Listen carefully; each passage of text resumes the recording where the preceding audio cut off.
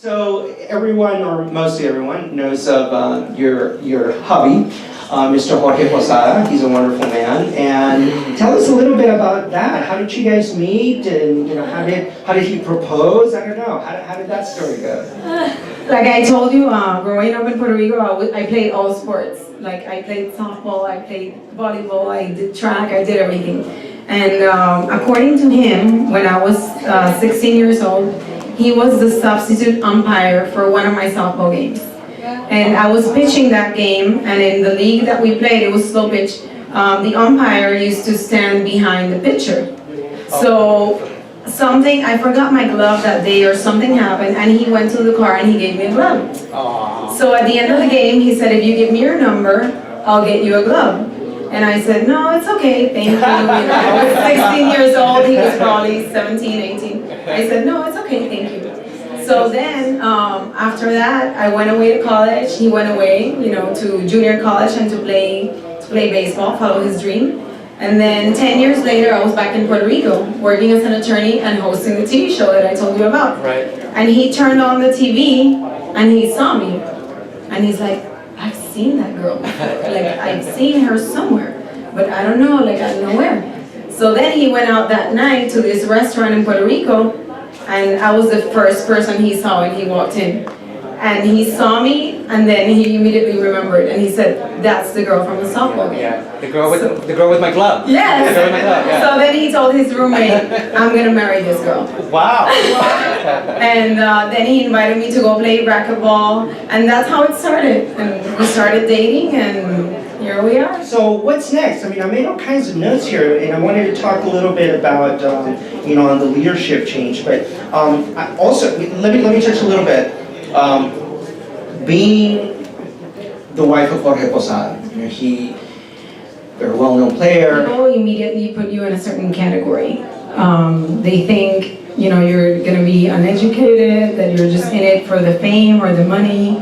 So there's that, misconception that sometimes people have, and you deal with that, and you take it like a grain of salt, and you don't let it, you don't let it get to you.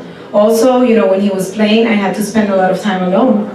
Almost, 7 months out of the year, I had to be basically a single mom, and that's tough. Right. You do have, the financial means to have a nanny or have help, but it's really tough because as a family, there's a lot of things that you miss enjoying together. Maybe the baby's first steps, his first words, birthdays, communions. Like Sure. there's a lot of things that just don't happen. Trips as a family, because he has a responsibility, and his responsibilities on the field. Also, sometimes people think that you get certain opportunities just because you're Mrs. Posada or you're someone's wife. And you know what? Like I said before, you take it like a grain of salt, and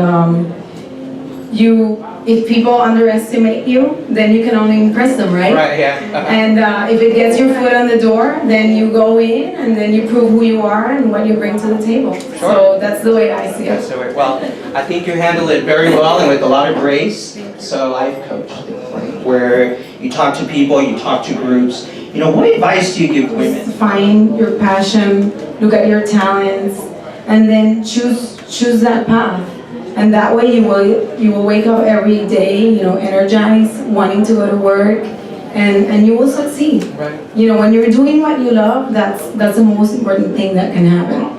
And don't let anybody stereotype you or put you in a certain category. You're not just a Latina or a Caucasian. You're a talented, smart, educated woman, and you can achieve whatever you want in life. So that would be my advice. Always staying positive. Your mind controls everything.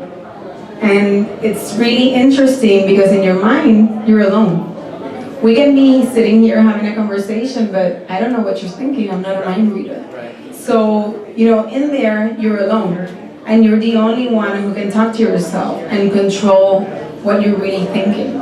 So it's really important to always have a positive state of mind. So in this book, I talk about 12 different women, 12 different situations, and how I help them turn those negative or difficult situations into positive ones. Right. And then in one of the chapters, which I call the Hall of Fame, I have women that inspire me, because we're all inspired by someone else. Exactly. So I have some women that I have interviewed that inspire me because of their, positive attitude towards life. Right. So that's the mental diet, and it's gonna be ready by the beginning of next year. Well, and are you going to be doing a book tour around that as well? Yes, of course. Okay, and you're going to be coming by New York, obviously, so we'll want to take a peek at that. Always there. Well, definitely, I'd like some more advance notice. You have a very busy life, you have your hands full, but I appreciate you taking time out and sharing some of your life and some of the insight with us as well. And definitely, you got to visit back with us. We'll have some more time, we'll have a better setup, we'll make it work, but I think that we need to get a follow-up to your tour, to the book, and to all the other things that you're doing. Thank you everyone for the opportunity, thank you for listening.